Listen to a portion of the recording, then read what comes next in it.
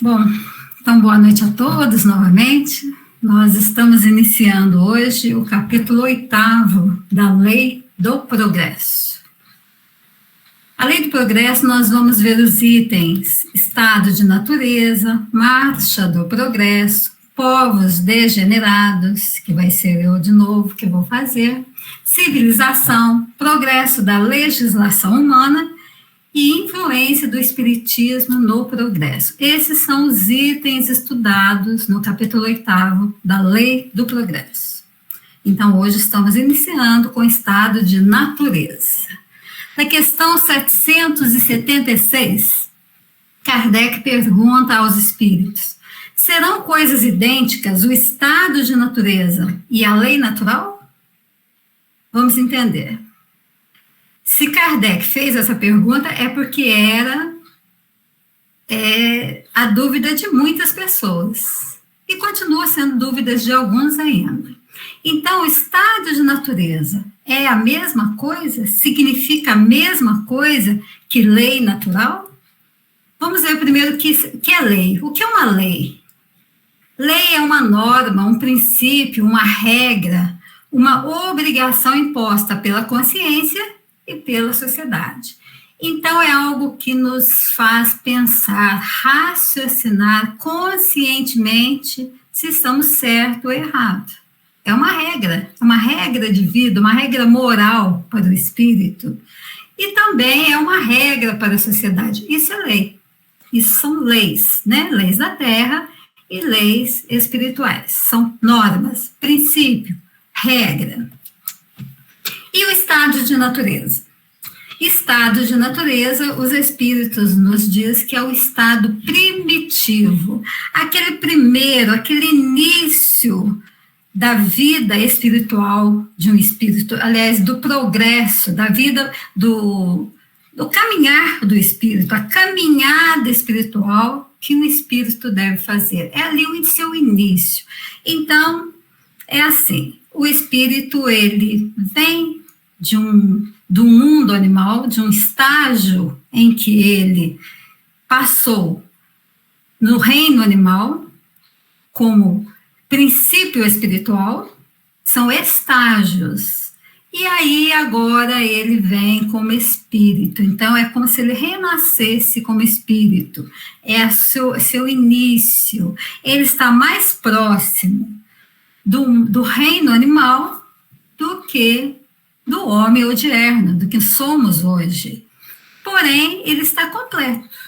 Ele já é um espírito, ele está formado, com a sua vestimenta pronta para o seu desenvolvimento moral e intelectual, seu desenvolvimento evolutivo na Terra. Ele está pronto. Ele ainda não fala. Ele nasceu. Ele ainda não fala. Por quê?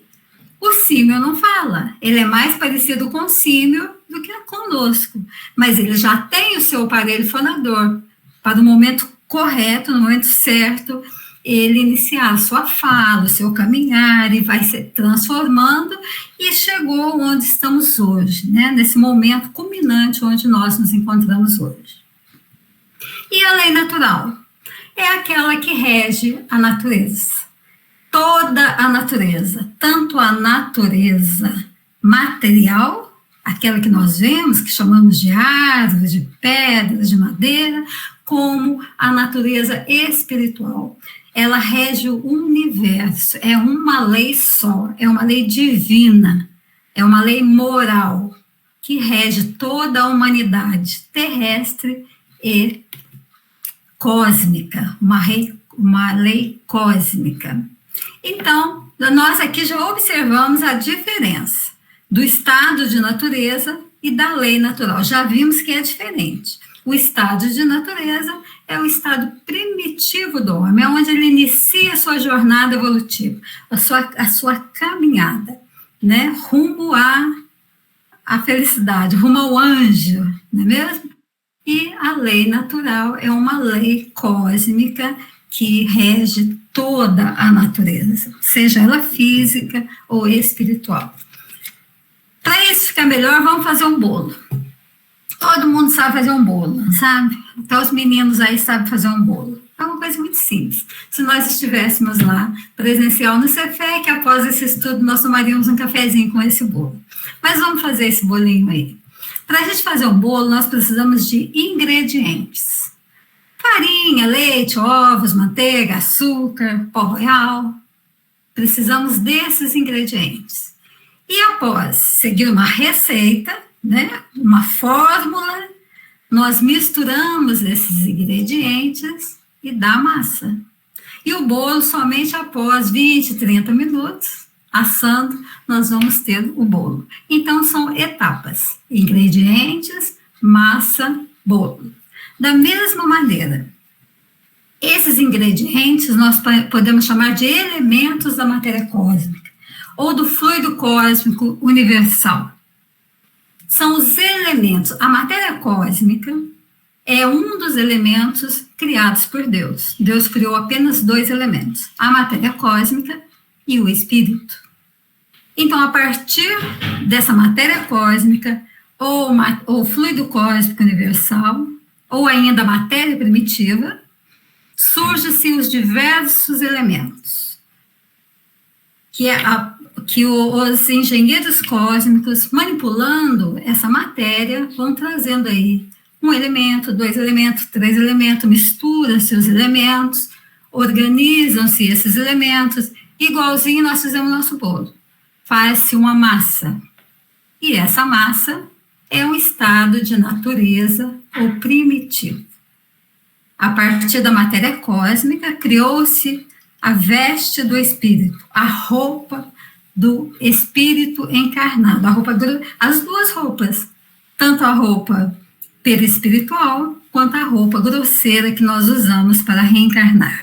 Então, essa é a massa trabalhada, as misturas de elementos organizadas, né? Primeiro, lá no bolo, nós batemos a clara do ovo com açúcar, depois vamos colocando os outros elementos.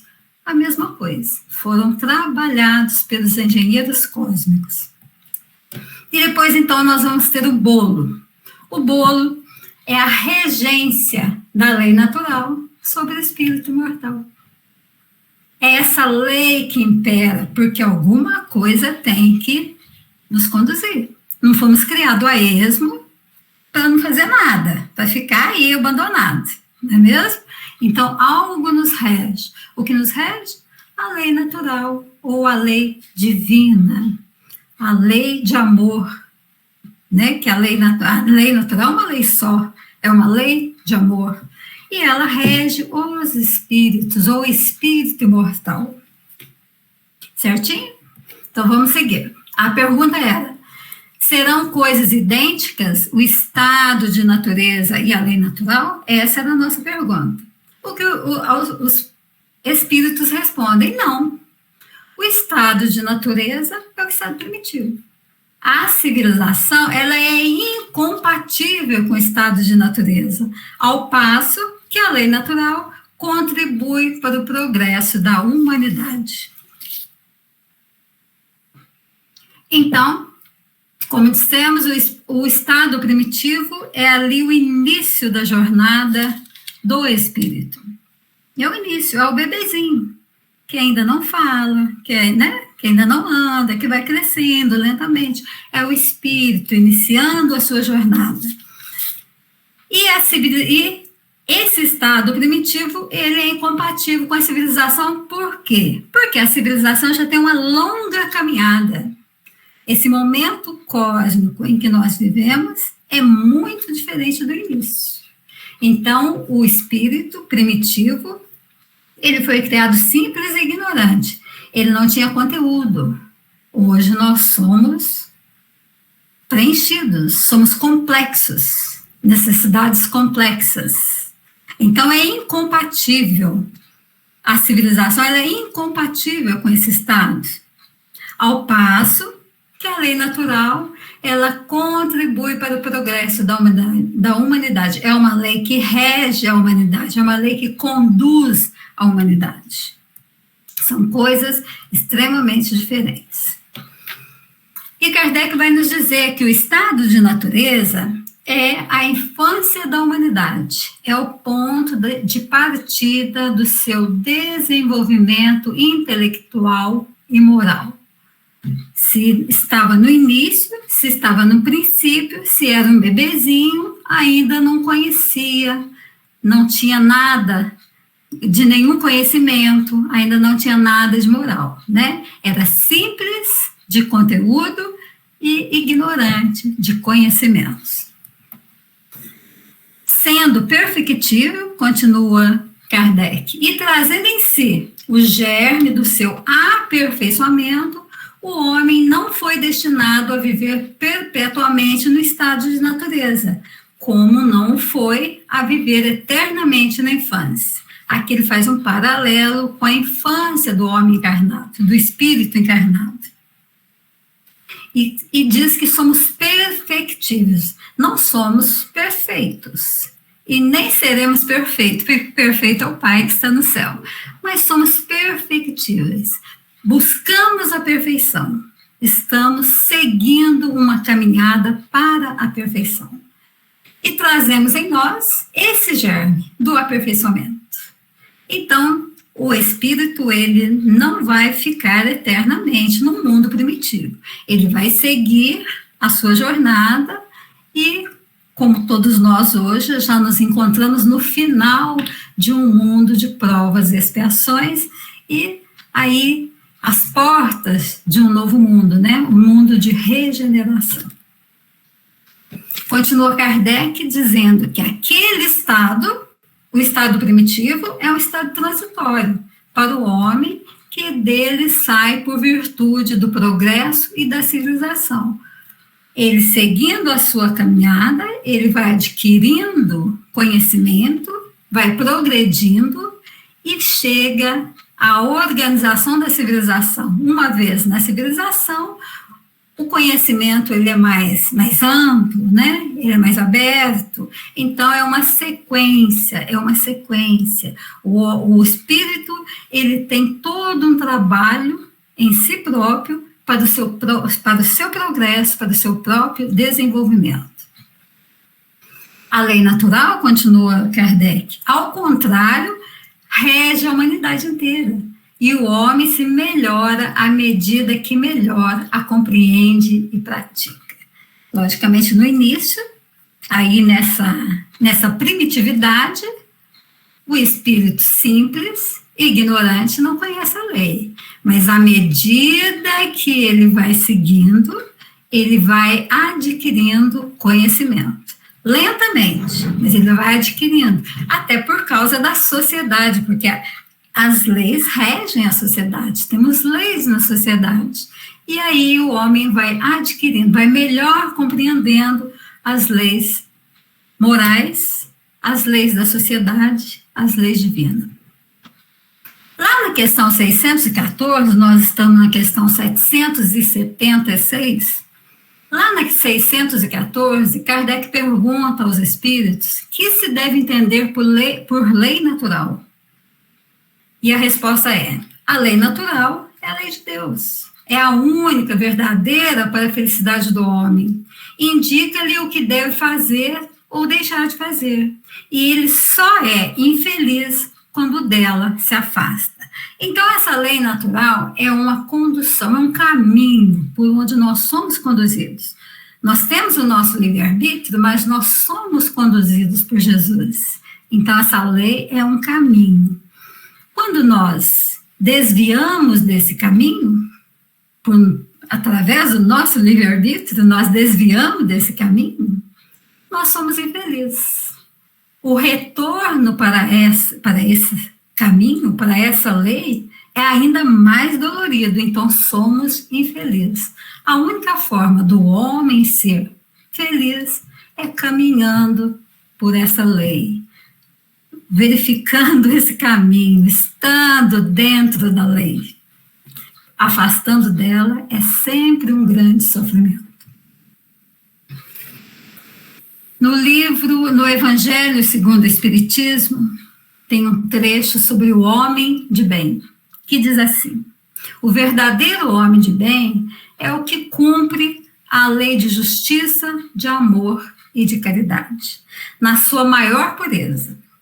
Se ele interroga a consciência sobre seus próprios atos, a si mesmo perguntará se violou essa lei, se não praticou o mal, se não fez todo o bem que podia, se desprezou voluntariamente alguma ocasião de ser útil, se ninguém tem qualquer queixa dele, enfim, se fez a outra em tudo que desejara lhe fizesse. Esse é o homem de bem, é aquele que cumpre a lei de justiça, de amor e caridade. Essa lei de justiça, amor e caridade é uma das leis morais que nós estamos estudando no Livro dos Espíritos.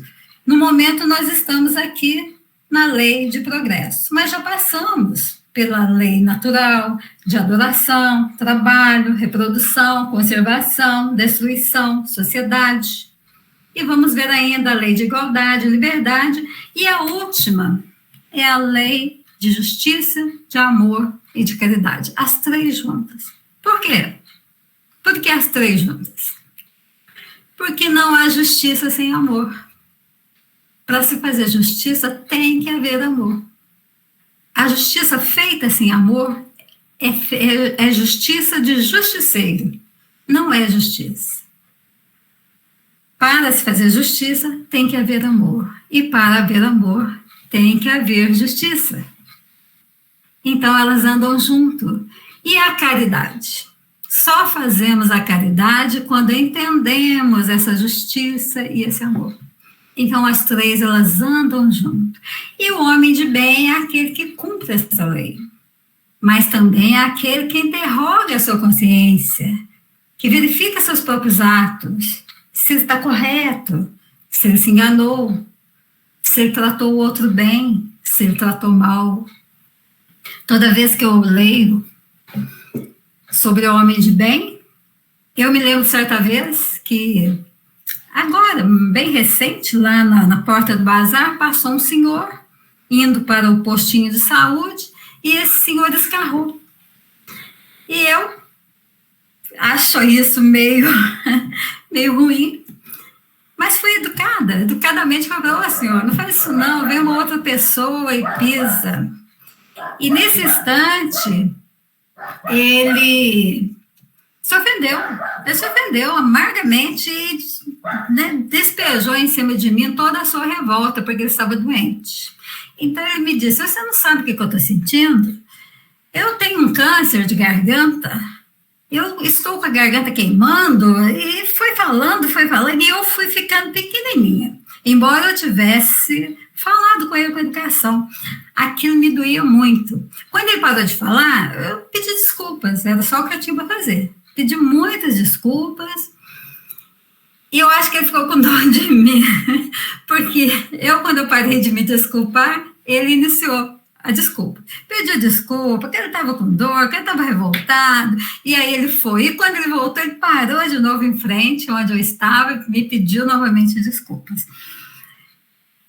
O que isso me fez assim, muito mal, vendo ele me pedir desculpa, porque eu pensei, né? Oh, puxa vida, né? Escarra no chão, vem um outro, pisa, leva aquilo para casa, em plena época de pandemia, né? Mas a gente nunca sabe o que está acontecendo com o outro. E às vezes uma conversa simples, nossa, ofende o outro de uma maneira que esse entendeu. Ele me entendeu. Eu fiquei pequenininha, envergonhada, e ele sentiu a minha vergonha, entendeu que eu não fiz por mal, eu apenas estava orientando, mas outras pessoas às vezes não. Então, toda vez que eu vejo isso, eu me lembro, eu vejo esse trecho, eu me lembro dessa situação em que a gente, às vezes, ofende as pessoas. Então, nós temos que pensar nisso. O que eu falei, como eu falei, o que eu estou fazendo? Eu estou ofendendo meu irmão? Eu gostaria que ele fizesse isso comigo? Essas essa é a maneira, são as questões que nós temos que levantar para que a gente siga essa lei de justiça, de amor e de caridade. Na questão 777, tendo o homem, essa questão, ela é uma parte explicativa e uma parte de pergunta, né? Tendo o homem no estado de natureza, menos necessidades, isento se acha das tribulações que para si mesmo cria, quando no estado de maior adiantamento. Então, aqui é uma parte explicativa. Então, já está dizendo que o homem, no estado de natureza, o homem primitivo, ele tem menos necessidades do que o homem odierno. Então, ele está isento das tribulações que nós criamos para nós. Nós criamos necessidades, né? E a partir daquela criação, nós vamos aumentando as nossas necessidades. Por exemplo, na minha juventude, eu não fazia ideia que hoje a gente usaria um celular e que o celular substitui, inclusive, o meu notebook, onde quer que eu esteja. Como eu poderia imaginar isso se naquela época o telefone era um telefone preto, não sei se vocês lembram disso, né? Bem grossão, que se a gente tacasse na cabeça de alguém ia quebrar a cabeça, pesado, né? E de disco. Nós, né? Cria o 1, o 2, o 3. Depois disso vem um outro telefoninho, né? Um branquinho já digital não, de teclinhas, né? Foi o melhor que teve na minha época de juventude. Mas naquela época nós não imaginávamos a evolução do homem, a evolução intelectual. E hoje nós temos um celular que substitui o nosso computador. É isso que ele quer dizer aqui. À medida que nós vamos nos adiantando, nós vamos criando necessidade. Não tem como viver sem o celular. Se a gente sai de casa e deixa o celular, a gente fica apavorado com a necessidade que ainda nem aconteceu, mas pode ser que vai acontecer, de precisar do celular e ele não está no bolso.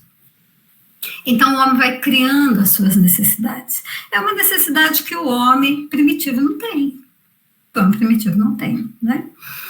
E aí a pergunta, diante disso, que se deve pensar a opinião daqueles que consideram aquele estado, o estado primitivo, como o da mais perfeita felicidade na Terra. Então, tem aquelas pessoas que acreditam que o homem primitivo, a felicidade dele era maior do que a felicidade do homem odierno. Nós temos aqui uma figura, vamos analisar aqui as necessidades do homem primitivo. E eles estão aqui na frente da casa deles. Essa aí é a casa. É um buraco na pedra. Essa é a casa do homem primitivo. Nós vemos naquele mais atrás aqui, ó. Ele está com caça, né? Com caça pequena, 2 no braço. O outro ali está aí, estão olhando para trás, o outro ali está armado. Provavelmente a mãe daqueles filhotinhos está vindo ali, não é mesmo? Essa é a necessidade deles. Matar para alimentar. Para se alimentar, se autoalimentar. A necessidade deles é o alimento, a roupa que eles vão tirar da caça, a cama deles é tirada da caça, a pele da caça vai ser a roupa, vai ser a cama, vai ser o cobertor e tudo mais que eles precisarem. Essa é a grande necessidade, o alimento, a caça. Primeiro eles têm que vencer a caça. Então essa é a felicidade. A felicidade é vencer a caça. A necessidade é vencer a caça. Também é felicidade vencer a caça. Porque se a caça vencer eles, morreu, acabou. Então, essa é a grande felicidade. Esse confronto com a caça, vencer a caça, tirar da caça o seu alimento, suas vestes e tudo mais que eles precisarem. E aqui nós temos um jovem dos dias atuais, bem vestidinho, organizadinho, como todo jovem dos dias de hoje. Qual dos dois tem mais necessidades? O jovem. O jovem tem mais necessidade. E para ele vestir essa roupa, ele tem que trabalhar. Amanhã ele não pode vestir a mesma roupa. Ele pode até fazer um look, mas a mesma roupa não. Então ele tem suas necessidades. E aí ele tem que trabalhar, e aí ele tem que tomar condução, comprar sua própria condução. As necessidades, elas vão aumentando. Então o homem primitivo realmente tem menos necessidades. E o homem odierno tem mais necessidades. Mas a felicidade, e a felicidade? Do homem primitivo é maior do que a do homem odierno? Ou seria igual, de acordo com as suas necessidades? O que nós achamos? Vamos lembrar que nós já temos consciência pesada. O nosso trânsito, nossa caminhada fez com que desviássemos das leis divinas por muitas vezes. Então, nós já temos uma consciência pesada. É isso que nos infelicita. Não é a roupa, não é o trabalho, é aquilo que nós trazemos no íntimo. E o homem primitivo não tem isso. Ele ainda não se desviou. Ele ainda é puro. Ele é simples e ignorante. Ele não tem complexidade. O homem odierno tem. A vida dele é complexa. Então, é essa a diferença nossa. O sofrimento é aquele que está no íntimo, que quando sorrimos ninguém sabe. E o homem primitivo não tem. Então, vamos ver a resposta dos espíritos. Que queres? É a felicidade do bruto. Há pessoas que não compreendem a outra. É ser feliz à maneira dos animais. As crianças também são mais felizes do que os homens feitos. Então, eles são felizes? Sim, eles são felizes. A felicidade dele é abater a caça. É a felicidade. O homem odierno é feliz? Também. Ele tem laivas de felicidade. Ele busca a sua felicidade. Ele tem seus momentos felizes. Mas não é realmente como o do homem primitivo. Só que a felicidade do homem primitivo é uma felicidade à maneira dos animais. Comer, beber e dormir.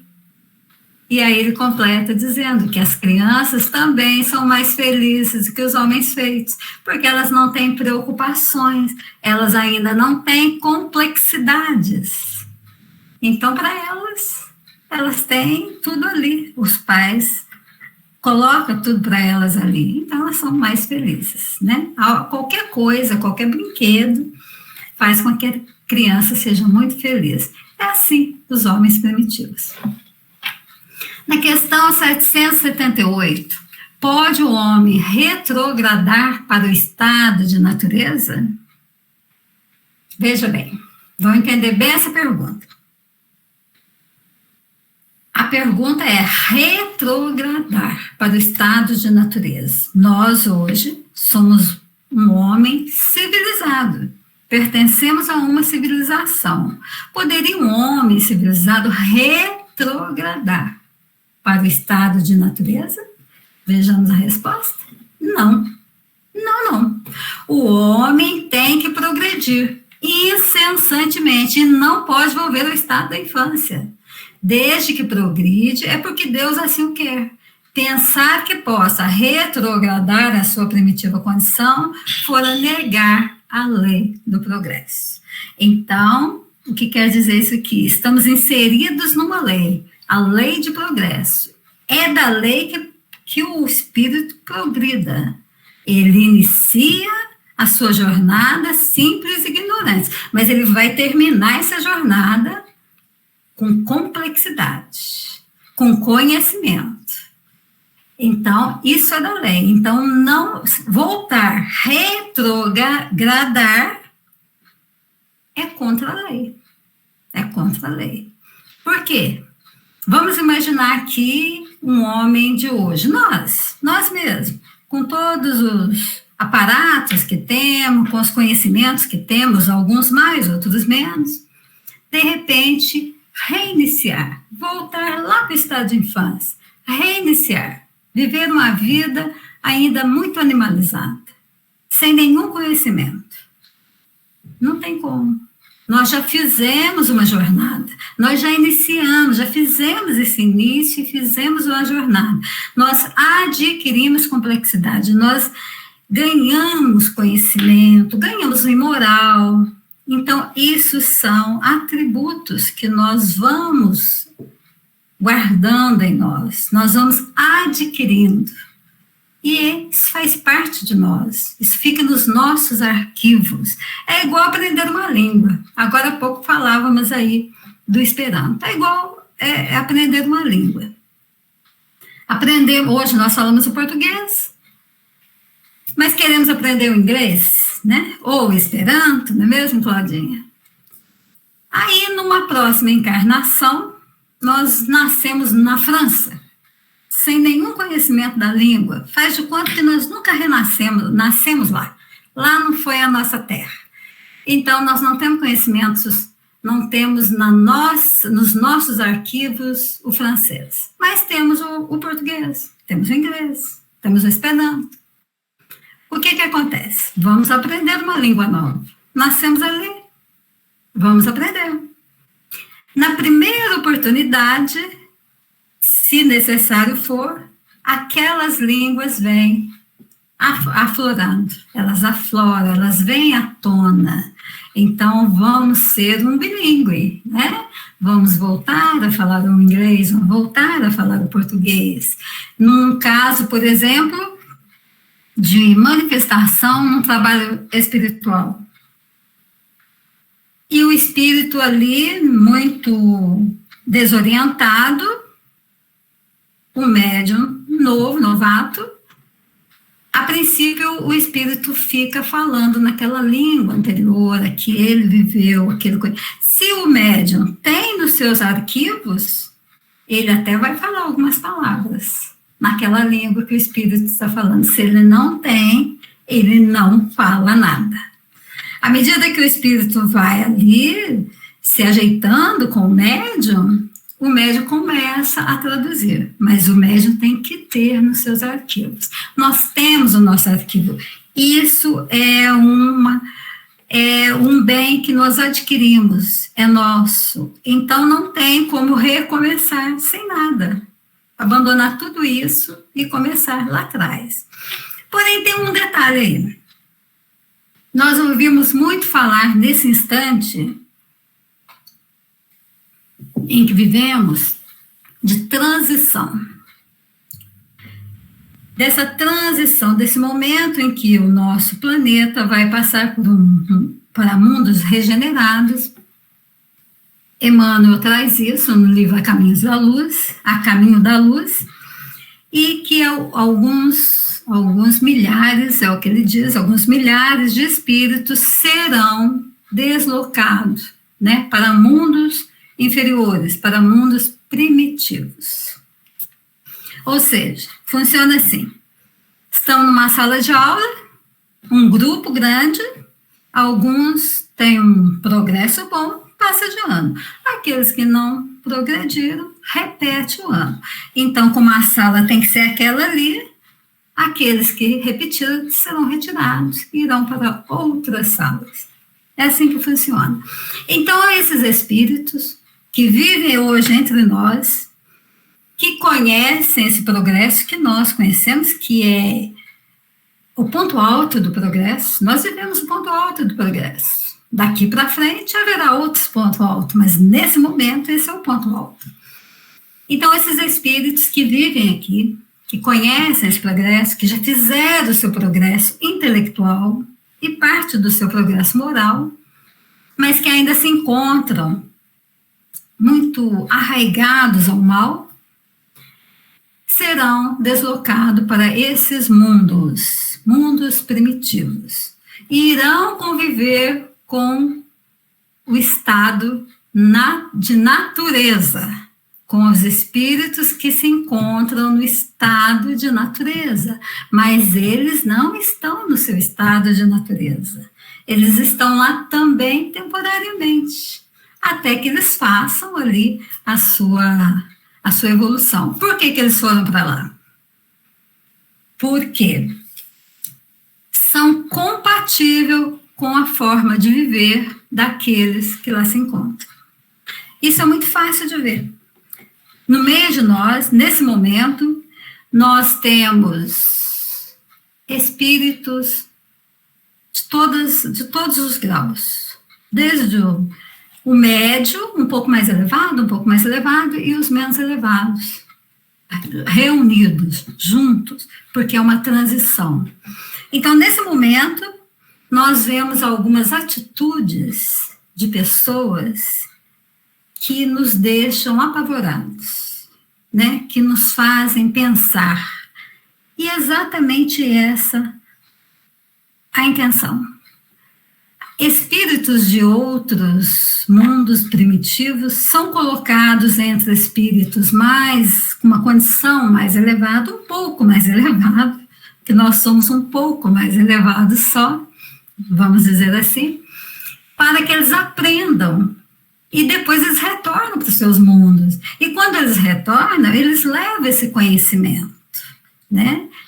É a necessidade, esse intercâmbio é uma necessidade, um tem que ajudar o outro. Então, lá no mundo deles, eles vão levar aquilo que eles aprenderam no mundo um pouco mais evoluído.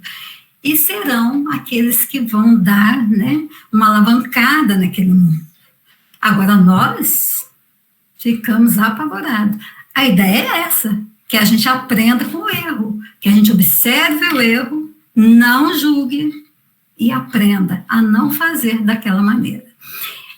E aí, esses que para lá vão, serão aqueles que vão alavancar, que vão ajudar, né? E os de lá, que se encontram no estado de natureza, terão uma alavancada, um movimento maior na sua evolução. São as interações. Então, esses espíritos que estão saindo e indo para mundos primitivos, não exatamente lá para a casa na pedra, pode ser que alguns vão, pode ser que outros não, eles não estão retrogradando, eles estão apenas estagiando, é um estágio no mundo em que eles estão compatíveis, há uma compatibilidade entre eles e aquele mundo, mas não é retrocesso, o espírito não retrograda. Todo conhecimento adquirido neste planeta, neste mundo em que vivemos, eles estão guardadinhos com eles ali nos seus arquivos, no seu íntimo. No momento certo, tudo isso aflora. E já caminhando para o nosso encerramento, trouxemos aqui o capítulo Diante da Lei do livro Justiça Divina por Emmanuel. Emmanuel inicia esse capítulo dizendo: chegamos no dia claro da razão, simples e ignorantes, diante do aprimoramento e do progresso, mas com liberdade interior de escolher o próprio caminho.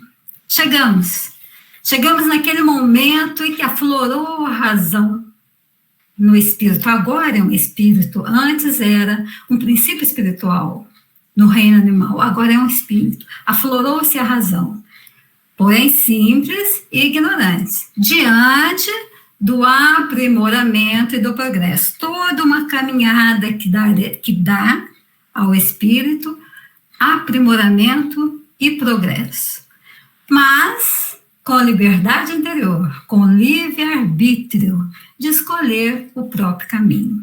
É aí que muitas vezes nós saímos da lei. Rebeldes que somos, tomamos novos caminhos, descobrimos que nos enganamos, vamos rindo e voltamos chorando, porque o retorno é dolorido. Tudo aquilo que deixamos no caminho, nós voltamos pisando nele. Se são espinhos, pisamos no espinho. Se são pedras, pisamos na pedra. Se saímos dessa condução divina, algo de bom não foi. Esse trecho, na verdade, ele não está na íntegra. Eu apenas tirei alguns detalhes mais importantes para que a gente pudesse analisar. Todos temos, assim, na vontade, a alavanca da vida, com infinitas possibilidades de mentalizar e realizar. Então, a vontade, que é a grande alavanca do espírito. Se eu tenho vontade de progredir, eu vou progredir. Se eu tenho vontade de seguir esse caminho bendito dentro da lei, eu vou conseguir. A grande alavanca é a vontade. E Emmanuel diz que o governo do universo é a justiça. A glória do universo é o trabalho. A felicidade do universo é o amor. Justiça, trabalho e amor. O Criador, diz Emmanuel, concede às criaturas, no espaço e no tempo, as experiências que desejem para que se ajustem. Para que se ajustem. Por que precisamos nos ajustar? Porque nos desajustamos, saímos do caminho. Só estamos ajustados se mantermos na linha, nas leis, na lei divina, na lei natural. Se saímos dela, nós estamos desajustados. E por que saímos? Porque temos o livre-arbítrio, temos as nossas escolhas, no espaço e no tempo. Nós vamos fazendo as nossas escolhas, as nossas experiências. Elas podem ser boas ou ruins. Então, se elas são boas, ótimo. Ganhamos espaço, ganhamos tempo. Se elas são ruins, é aquela saída da lei, é aquele retorno dolorido. Enquanto estamos retornando, estamos nos reajustando. Só estaremos ajustados quando nos encontrarmos dentro da lei. É o homem de bem, aquele já está ajustado. Eis porque permanecer na sombra ou na luz, na dor ou na alegria, no mal ou no bem, é a ação espiritual que depende de nós, só de nós. É uma ação individual. Temos o nosso livre-arbítrio para permanecer na sombra ou seguir a luz, para sofrer ou ser feliz, para nos aproximarmos do mal ou aproximar do bem. Depende somente de nós a utilização do nosso livre-arbítrio. Podemos fazer bom uso ou mau uso. Deus nos concede aquelas experiências que nós desejamos. Depende de nós. Quais as nossas escolhas? Se elas serão boas ou se elas serão amargas. E assim, nós encerramos com o nosso Mestre e Senhor, aquele que nos guia pelos caminhos da vida, o meigo Rabi, o meigo Nazareno, que nos fortalece nessas estradas. Que o Senhor nos abençoe e nos ilumine. Muito obrigada a todos.